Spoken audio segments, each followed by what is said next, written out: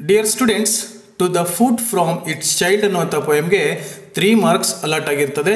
ಈ ಪೋಯಮಿಂದ ಒಂದು multiple choice question ಮತ್ತು 2 ಮಾರ್ಕ್ಸ್ ಕ್ವಶನ್ ಅನ್ನು ಸೇರಿಸಿ ಕೇಳ್ಬೋದು, ಅಥವಾ ಡೈರೆಕ್ಟಾಗಿ 3 ಮಾರ್ಕ್ಸ್ ಕ್ವಶನ್ ಅನ್ನು ಕೂಡ ಕೇಳ್ತಕ್ಕಂಥ ಚಾನ್ಸಸ್ ಇರ್ತದೆ. ಹಾಗಾದರೆ ಈ ಪೋಯಮ್ಗೆ ಸಂಬಂಧಪಟ್ಟಂಗೆ ನಾವು ಕೀ ಪಾಯಿಂಟ್ಸ್ಗಳನ್ನ ಹೇಗೆ ಮಾಡಿಟ್ಕೋಬಹುದು ಅನ್ನೋದನ್ನು ಇವತ್ತಿನ ಕ್ಲಾಸಲ್ಲಿ ನೋಡ್ತಾ ಹೋಗೋಣ. The poet uses the foot as A metaphor for the child. ಈ ಕವಿ ಈ ಪೋಯಮ್ ಪೂರ್ತಿಯಾಗಿ ಪಾದದ ಬಗ್ಗೆ ಹೇಳ್ತಾನೆ, ಅದು ಮಗುವಿನ ಪಾದದ ಬಗ್ಗೆ ಹೇಳ್ತಾ ಇದ್ದಾನೆ.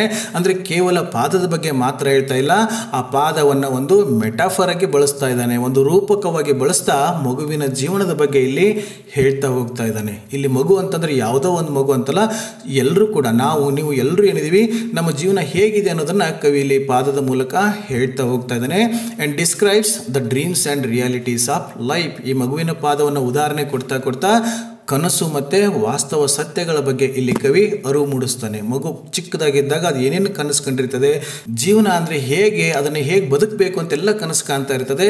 ಬಟ್ ರಿಯಾಲಿಟೀಸೇ ಬೇರೆ ಆಗಿರ್ತದೆ. ಸಮಾಜ ನಮಗೆ ಅಂದ್ಕೊಂಡಂಗೆ ಬದುಕಕ್ಕೆ ಬಿಡಲ್ಲ, ಅದರದೇ ಆಗಿರ್ತಕ್ಕಂಥ ಸಂಪ್ರದಾಯಗಳನ್ನು ನಮ್ಮ ತಲೆಗೆ ತುಂಬುತ್ತದೆ ಅನ್ನೋದನ್ನು ಕವಿ ಇಲ್ಲಿ ಹೇಳ್ತಾ ಹೋಗ್ತಾ ಇದ್ದಾರೆ. It would like to be a butterfly or an apple. ಕವಿ ಹೇಳ್ತಾನೆ, ಈ ಮಗುವಿನ ಪಾದ ಇದೆಯಲ್ಲ ಅದು ದೊಡ್ಡದಾದ್ಮೇಲೆ ಬಟರ್ಫ್ಲೈ ಆಗಬೇಕು ಅಥವಾ ಒಂದು ಆ್ಯಪಲ್ ಆಗಬೇಕು ಅಂತ ಕನಸು ಕಾಣ್ತಾ ಇರ್ತದೆ. ಅಂದರೆ ಮಗು ಹುಟ್ಟಿದಾಗ ಜೀವನ ಅಂದರೆ ನಾನು ಹೀಗೆ ಬದುಕಬೇಕು, ಇದು ಹಿಂಗೆ ಇದೆ ಅಂತ ಏನೇನೋ ಜೀವನದ ಬಗ್ಗೆ ಕನಸು ಕಂಡಿರ್ತದೆ ಅನ್ನೋದನ್ನ ಇಲ್ಲಿ ಕವಿ ಹೇಳ್ತಾ ಇದ್ದಾರೆ. The images of butterfly and apple signify freedom. ಇಲ್ಲಿ ಕವಿ ಬಟರ್ಫ್ಲೈ ಮತ್ತು ಆ್ಯಪಲ್ ಅನ್ನು ಯಾಕೆ ಬಳಸ್ತಾ ಇದ್ದಾನೆ, ಈ ಒಂದು ಇಮೇಜನ್ನು ಯಾಕೆ ಬಳಸ್ತಾ ಇದ್ದಾನೆ ಅಂದರೆ ಇವು ಸ್ವತಂತ್ರವನ್ನು ಸೂಚಿಸ್ತವೆ. ಮಗುವಿಗೆ ಯಾವುದೇ ರೀತಿಯಾಗಿರ್ತಕ್ಕಂಥ ಕಟ್ಟಳೆಗಳು ಇರೋದೇ ಇಲ್ಲ. ಹುಟ್ಟಿದಾಗ ಮಗುವಿಗೆ ತಾನು ಯಾರು, ತನ್ನ ಜಾತಿ ಯಾವುದು, ತಮ್ಮ ಧರ್ಮ ಯಾವುದು, ತಮ್ಮ ಸಂಪ್ರದಾಯ ಯಾವುದು, ಇದು ಯಾವುದೂ ಕೂಡ ಮಗುವಿಗಿರಲ್ಲ. ಬಟ್ ಬೆಳೀತಾ ಸಮಾಜ ಇದನ್ನು ನಮ್ಮ ತಲೆಗೆ ತುಂಬುತ್ತೆ. ಬಟ್ ಇದು ಯಾವುದೂ ಕೂಡ ಚಿಕ್ಕ ಮಗುವಿಗೆ ಅರಿವಿರಲ್ಲ, ತಾನೊಂದು ಬಟರ್ಫ್ಲೈ ಆಗಬೇಕು ಅಥವಾ ಆ್ಯಪಲ್ ಆಗಬೇಕು ಅಂತ ಕನಸು ಕಾಣ್ತಾ ಇರ್ತದೆ. But time, stones and bits of glasses, the ladders, the path on the rough earth teach that it cannot be a butterfly or an apple nor it could fly. But time ಅಂತಂದರೆ ಮಗು ಬೆಳೀತಾ ಏನಾಗುತ್ತೆ, stones, bits of glasses, the ladders, the path on the rough earth ಅಂತ ಏನಿದೆಲ್ಲ ಇವೆಲ್ಲ ಸಮಾಜದ ಒಂದು ನಿಬಂಧನೆಗಳು ಅಥವಾ ಕಂಡೀಷನಿಂಗ್ ಆಫ್ ಸೊಸೈಟಿ ಅಂತ ಕರಿತೀವಲ್ಲ, ಇವೆಲ್ಲ ಸೇರ್ಕೊಂಡ್ಬಿಟ್ಟು ಆ ಪಾದಕ್ಕೆ ಕಲಿಸ್ಕೊಡ್ತಾವಂತೆ. ಏನಂತ, it cannot be a butterfly or an apple nor it could fly. ನೀನು ದೊಡ್ಡವರಾದ್ಮೇಲೆ ಬಟರ್ಫ್ಲೈ ಆಗೋಕ್ಕಾಗಲ್ಲ, ನೀನು ಆ್ಯಪಲ್ ಆಗಲ್ಲ, ನೀನು ಹಾರೋಕ್ಕೂ ಕೂಡ ಆಗಲ್ಲ ಅಂತ ಹೇಳ್ಕೊಡ್ತಾವಂತೆ. ಅಂದರೆ ನಮ್ಮ ಸಮಾಜದಲ್ಲಿರ್ತಕ್ಕಂಥ ಈ ಸಂಪ್ರದಾಯಗಳಿದ್ದಾವೆ, ಕೆಲವೊಂದು ಮೌಢ್ಯಗಳಿದ್ದಾವೆ, ಮಗು ಅಂದ್ಕೊಂಡಂಗೆ ಅದು ಕನಸು ಕಂಡಂಗೆ ಬದುಕಕ್ಕೆ ಆಗಲ್ಲ ಅನ್ನೋದನ್ನ ಕಲಿಸ್ಕೊಡ್ತವೆ. The child's foot feels defeated. ಮಗುವಿನ ಪಾದ ಅವಾಗ ಏನು ಮಾಡುತ್ತೆ, ಸೋಲನ್ನು ಒಪ್ಕೊಂಡ್ಬಿಡ್ತದೆ. ಯಾಕೆ ಅಂತಂದರೆ because the outside world does not allow the child foot to fulfil it dreams. But ಹೊರಗಡೆ ಸಮಾಜ ಮಗು ಹೆಂಗೆ ಅಂದ್ಕೊಂಡಿರ್ತದೆ, ಹೇಗೆ ಕನಸು ಕಂಡಿರ್ತದೆ, ಹಾಗೆ ಅದನ್ನು ಬದುಕೋದಕ್ಕೆ ಬಿಡಲ್ಲ. ಹಾಗಾಗಿ ಸೋಲ್ ಒಪ್ಕೊಂಡ್ಬಿಡ್ತದಂತೆ. ಆಮೇಲೆ ಏನಾಗುತ್ತೆ, the foot is condemn to live in shoe. ಆ ಮಗುವಿನ ಪಾದಕ್ಕೆ ಶೂ ಹಾಕಿಬಿಡ್ತಾರಲ್ಲ, ಹಾಗೆ ನಮ್ಮ ಜೀವನ ಕೂಡ ಈ ಸಮಾಜದ ಕಟ್ಟಳೆಗಳೇನಿರ್ತವೆ, ಕಂಡೀಷನ್ಸ್ ಇರ್ತವೆ, ಅದರೊಳಗೆ ನಾವು ಬಂದಿಯಾಗಿಬಿಡ್ತೀವಿ. ಇಲ್ಲಿ ಶೂ ಅನ್ನೋದನ್ನ ಈ ಸಮಾಜದ ಪದ್ಧತಿಗಳಿದಾವೆ, ನಂಬಿಕೆಗಳಿದಾವೆ, ಕಂಡೀಷನ್ಸ್ ಇದೆ, ಅದಕ್ಕೆ ಇಲ್ಲಿ ಕವಿ ಇಂಡೈರೆಕ್ಟ್ ಆಗಿ ಶೂ ಅಂತ ಹೇಳ್ತಾ ಇದ್ದಾನೆ.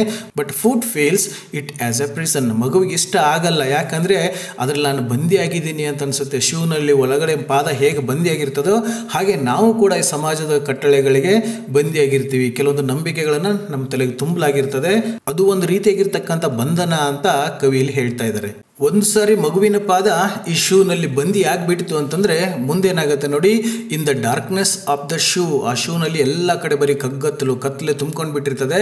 It analyses its own life and understand the reality. ಅದಕ್ಕೆ ಹೊರಗಡೆ ಪ್ರಪಂಚದ ಸಂಪರ್ಕನೇ ಬಿಟ್ಟು ಹೋಗಿರೋದ್ರಿಂದ ತನ್ನದೇ ರೀತಿಯಾಗಿ ಈ ಜೀವನವನ್ನು ಅದು ಅನಲೈಸ್ ಮಾಡೋಕ್ಕೆ ಸ್ಟಾರ್ಟ್ ಮಾಡುತ್ತೆ, ಹಾಗೆ ಅರ್ಥ ಮಾಡ್ಕೊಳ್ಳೋದಕ್ಕೂ ಕೂಡ ಸ್ಟಾರ್ಟ್ ಮಾಡುತ್ತೆ. It is just like A blind person in darkness. ಈ ಕತ್ತಲಿನಲ್ಲಿ ಒಬ್ಬ ಕುರುಡನ ಪರಿಸ್ಥಿತಿ ಹೇಗಿರ್ತದೋ ಹಾಗೆ ಮಗುವಿನ ಪಾದದ ಪರಿಸ್ಥಿತಿ ಕೂಡ ಆ ಶೂನಲ್ಲಿ ಹಾಗೆ ಆಗಿರ್ತದೆ. ಅಂದರೆ ನಾವು ಕೂಡ ಈ ಸಮಾಜದ ಕಟ್ಟಳೆಗಳನ್ನ ತಲೆಗೆ ತುಂಬಿಕೊಂಡು ನಾವು ಯಾರು, ಈ ಜೀವನ ಅಂದರೆ ಏನು ಅನ್ನೋದನ್ನು ಕೂಡ ಅರ್ಥ ಮಾಡ್ಕೊಳ್ಳೋದಕ್ಕೆ ಸಾಧ್ಯ ಆಗಲ್ಲ. It wants to communicate with the other foot but unable to do so as it is in darkness. ಮಗುವಿನ ಪಾದ ಒಂದು ಶೂನಲ್ಲಿ ಬಂದಿಯಾಗಿರ್ತದೆ, ಪಕ್ಕದಲ್ಲಿ ಇರ್ತಕ್ಕಂಥ ಇನ್ನೊಂದು ಶೂನಲ್ಲಿ ಬಂದಿಯಾಗಿರ್ತಕ್ಕಂಥ ಪಾದದ ಜೊತೆಗೆ ಮಾತಾಡಬೇಕು ಅಂತ ಅನ್ಸುತ್ತೆ, ಕಮ್ಯುನಿಕೇಟ್ ಮಾಡಬೇಕು ಅಂತ ಅನ್ಸುತ್ತೆ.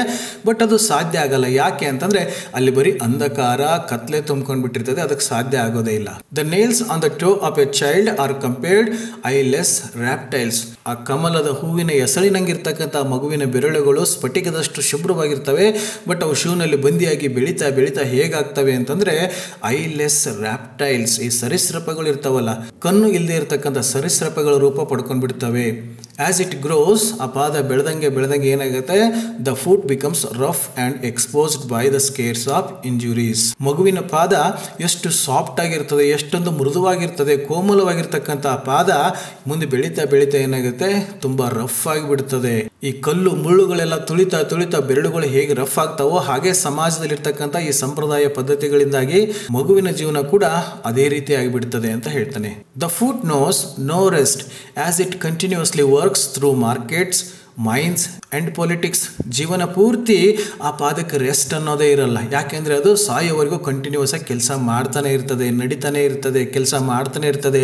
ಎಲ್ಲೆಲ್ಲಿ ಮಾರ್ಕೆಟ್ ಇಲ್ಲಿ ಮೈನ್ಸ್ ಇರ್ಬೋದು, ಪೊಲಿಟಿಕ್ಸ್ ಇರ್ಬೋದು, ಎಲ್ಲಿ ನೋಡಿದ್ರು ಕೂಡ ನಡೀತಾ ಅದ್ರ ಕೆಲಸ ಕಂಟಿನ್ಯೂಸ್ ಆಗಿ ಜೀವ ಇರೋವರೆಗೆ ನಡೀತಾನೆ ಇರ್ತದೆ. ಹಾಗೆ ಮನುಷ್ಯನು ಕೂಡ ಈ ಸಮಾಜ ನಮ್ಮ ತಲೆಗೆ ಏನು ತುಂಬಿರ್ತದೆ ಅದನ್ನೇ ನಾವು ನಿಜ ಅನ್ಕೊಂಡು, ಅದೇ ನಮ್ಮ ಜೀವನ ಅಂತ ಅನ್ಕೊಂಡು ಸಾಯೋವರೆಗೂ ಕೂಡ ಆ ಸಮಾಜವನ್ನ ತೃಪ್ತಿಪಡಿಸೋದಕ್ಕೋಸ್ಕರವಾಗಿ ಅದೇ ರೀತಿ ನಾವು ಬದುಕೋದಕ್ಕೆ ಸ್ಟಾರ್ಟ್ ಮಾಡಿಬಿಡ್ತೀವಿ. ಆಮೇಲೆ ಏನಾಗುತ್ತೆ, ಆಫ್ಟರ್ ಡೆತ್, ಹೀಗೆ ನಡೀತಾ ಪಾದ ಅಂದರೆ ಮಗು, ನಾವೆಲ್ಲರೂ ಕೂಡ ಒಂದಿನ ಸತ್ತೋಗ್ತೀವಿ. ಅವಾಗ ಏನಾಗುತ್ತೆ, it is buried underground. ತೊಗೊಂಡೋಗ್ಬಿಟ್ಟು ನೆಲದಲ್ಲಿ ಗುಂಡಿ ತೆಗೆದು ಊತ್ ಹಾಕಿಬಿಡ್ತಾರೆ. And it is ignorant that there is darkness even in the underground. ಶೂನಲ್ಲಿ ಬಂದಿಯಾಗಿದ್ದುಕೊಂಡು ಕತ್ಲಿನಲ್ಲೇ ಜೀವನ ನಡೆಸಿತು. ಕೊನೆಗೆ ನೆಲದಲ್ಲಿ ಊತ್ ಹಾಕಿದಾಗ ಕೂಡ ಅಲ್ಲಿ ಕೂಡ ಬರೀ ಡಾರ್ಕ್ನೆಸ್ ಅನ್ನೋದನ್ನೇ ಆ ಪಾದ ಕಂಡುಕೊಳ್ಳುತ್ತೆ. ದ ಹೋಲ್ ಲೈಫ್ ಸ್ಪ್ಯಾಮ್, ಹೀಗೆ ಇಡೀ ಜೀವನ ಪೂರ್ತಿ ಏನಾಗುತ್ತೆ, it has to work and walk and lead its life facing challenges. ಜೀವನ ಪೂರ್ತಿ ಈ ರೀತಿಯಾಗಿರ್ತಕ್ಕಂಥ ಚಾಲೆಂಜ್ಗಳನ್ನ, ಕೆಲಸಗಳನ್ನ ಮಾಡ್ತಾ ಜೀವನ ಅಲ್ಲಿ ಮುಗಿದೋಗ್ಬಿಡ್ತದೆ. Not realising its dreams and unaware of the bitter truth of life. ಹೀಗೆ ಮಗುವಿನ ಪಾದ ಜೀವನ ಪೂರ್ತಿ ಕೆಲಸ ಮಾಡ್ತಾ ಕೊನೆಗೆ ಹಾಗೆ ಸತ್ತೋಗ್ಬಿಡ್ತದೆ. ಜಮೀನಲ್ಲಿ ಊತ ಹಾಕ್ಬಿಡ್ತೀವಿ. ಅವಾಗಲೂ ಕೂಡ ಆ ಪಾದಕ್ಕೆ ಅರಿವಾಗಲ್ಲ, ನಾನು ಯಾರು, ನಾನು ಏನು ಆಗ್ಬೇಕಂತ ಕನಸು ಕಂಡಿದ್ದೆ ಅದನ್ನೆಲ್ಲನೂ ತಿಳ್ಕೊಳ್ದೇನೆ ಹಾಗೆ ಜೀವನ ಯಾಂತ್ರಿಕವಾಗಿ ನಡೆಸ್ಕೊಂಡ್ಬಿಟ್ಟು ಒಂದಿನ ಸತ್ತು ಹೋಗ್ಬಿಡ್ತೀವಿ ಅಂತ ಕವಿಯಲ್ಲಿ ಮಗುವಿನ ಪಾದದ ಉದಾಹರಣೆಯಾಗಿ ಎಕ್ಸ್ಪ್ಲೇನ್ ಮಾಡ್ತಾರೆ.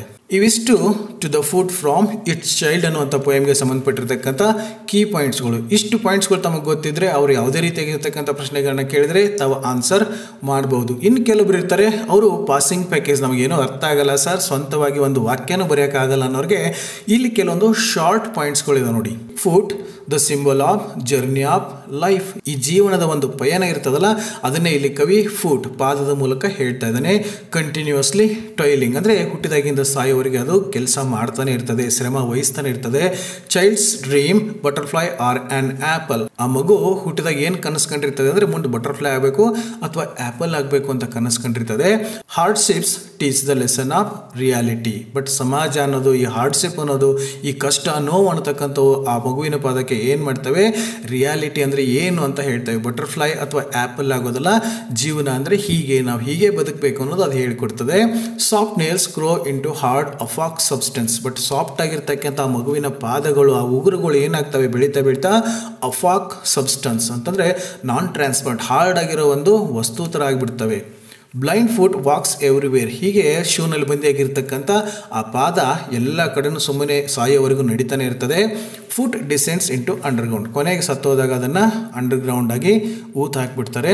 Death marks the end of journey. ಹೀಗೆ ಮಗುವಿನ ಪಾದ ಹುಟ್ಟಿದಾಗಿಂದ ಸಾಯೋವರೆಗೆ ಬರೀ ನಡೀತಾ ಕೆಲಸ ಮಾಡ್ತಾನೆ ಸತ್ತು ಹೋಗ್ಬಿಡ್ತದೆ. ಆ ಸತ್ತಾಗ್ಲೇ ಅದರ ಜರ್ನಿ, ಅದರ ಒಂದು ಪಯಣ ಮುಗಿದು ಹೋಗುತ್ತೆ.